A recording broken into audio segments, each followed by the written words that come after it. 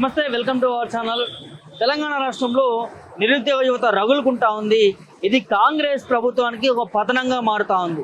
ఎందుకంటే దాదాపు 8 రోజుల నుంచి కూడా ఈ గాంధీ ఆసుపత్రిలో మోతీలాల్ నాయక్ అనే ఒక విద్యార్థి నాయకుడు ఏదైతే కాంగ్రెస్ ఎన్నికల ముందు ఇచ్చినటువంటి హామీలు ఏవైతే ఉన్నాయో అది అమలు చేయాలని చెప్పి కూడా 8 రోజుల నుంచి కూడా ఆమరణ నిరాహార దీక్ష చేస్తూ ఉన్నాడు.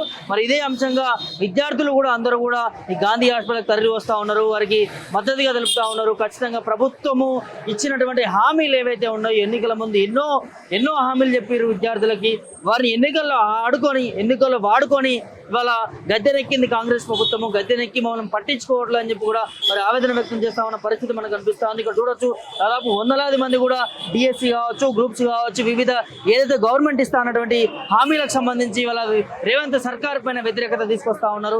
ఎందుకు ఇంత పూర్తి స్థాయిలో కాంగ్రెస్ ప్రభుత్వానికి 6 నెలలు పూర్తి కాకముందుగా ఇలా వ్యతిరేకత వచ్చిందనేది ఇక్కడ మనకు క్లియర్ కట్ గా కనిపిస్తా ఉంది. ప్రభుత్వం ఏర్పడిన తర్వాత 6 నెలల నుంచి కూడా ఏదైతే గ్రూప్ పోస్టులు కావచ్చు, డిఎస్సి పోస్టులు కావచ్చు, వివిధ రకాల ప్రభుత్వం ఇస్తా అన్నటువంటి హామీలు ఏవైతే ఉన్నాయో ఇప్పటి వరకు కూడా నెరవేర్చిన దిశగా ఇవాళ విద్యార్థి నాయకుడు గాంధీ ఆసుపత్రిలో ఆమరణ నిరాహార దీక్ష చేస్తున్న నేపథ్యం మనకు కనిపిస్తా ఉంది. అసలు ఈ ప్రభుత్వము గొప్పగా చెప్పుకుంటది, ఇది నిరుద్యోగుల ప్రభుత్వము, నిరుద్యోగుల కోసం ఏర్పడింది ప్రభుత్వం అని చెప్పి గొప్పగా చెప్పుకునేటువంటి ముఖ్యమంత్రి రేవంత్ రెడ్డి గారు ఒక్కసారికి నిరుద్యోగుల ఆవేదన చూడండి, ఒక్కసారికి నిరుద్యోగుల ఆవేదన చూసి అర్థం చేసుకోండి.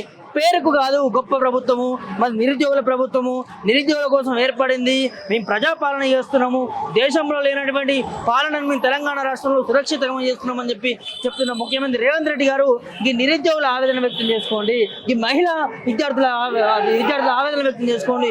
వారు మీ ప్రభుత్వం మీద తిరగబడతా ఉన్నారు. దేనికోసము? వాళ్ళేదో మిమ్మల్ని సంక్షేమ పథకాలు అమలు చేయమని కాదు, వాళ్ళకేదో 100 కోట్లు ఇవ్వాలని కాదు, వాళ్ళకేదో 1,00,000 కోట్లు డబ్బులు ఏమని అడుగుతలేరు, మీరు ఇస్తామన్నటువంటి హామీలు అడుగుతా ఉన్నారు.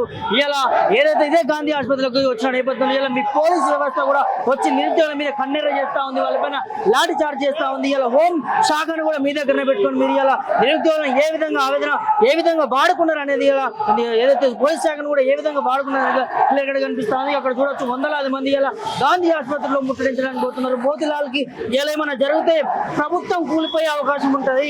ఇలా మోతీలాల్కి ఏమైనా జరిగితే ఖచ్చితంగా ప్రభుత్వం కూలిపోయి ప్రభుత్వానికి తీవ్రమైన విమర్శ తీసుకొచ్చే అవకాశం ఉంటుంది. ఖచ్చితంగా నిరుద్యోగ పట్ల ఈ ప్రభుత్వం న్యాయం చేయాలి, లేకపోతే తిరగబడే నేపథ్యం కనిపిస్తూ ఉంటుంది.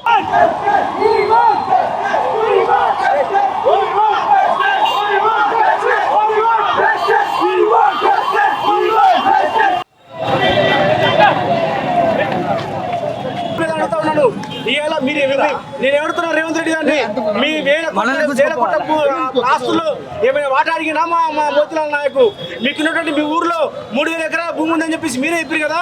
మీ 3,000 ఎకరాల భూమిలో ఏమైనా గుంట అడిగినా మా మోతీలాల్ నాయక్ ఏమడిగిండు? మీరు చెప్పినటువంటి ఉద్యోగాన్ని ఇవ్వమన్నాడు. 2 లక్షల ఉద్యోగాలు మీరు చెప్పిండు.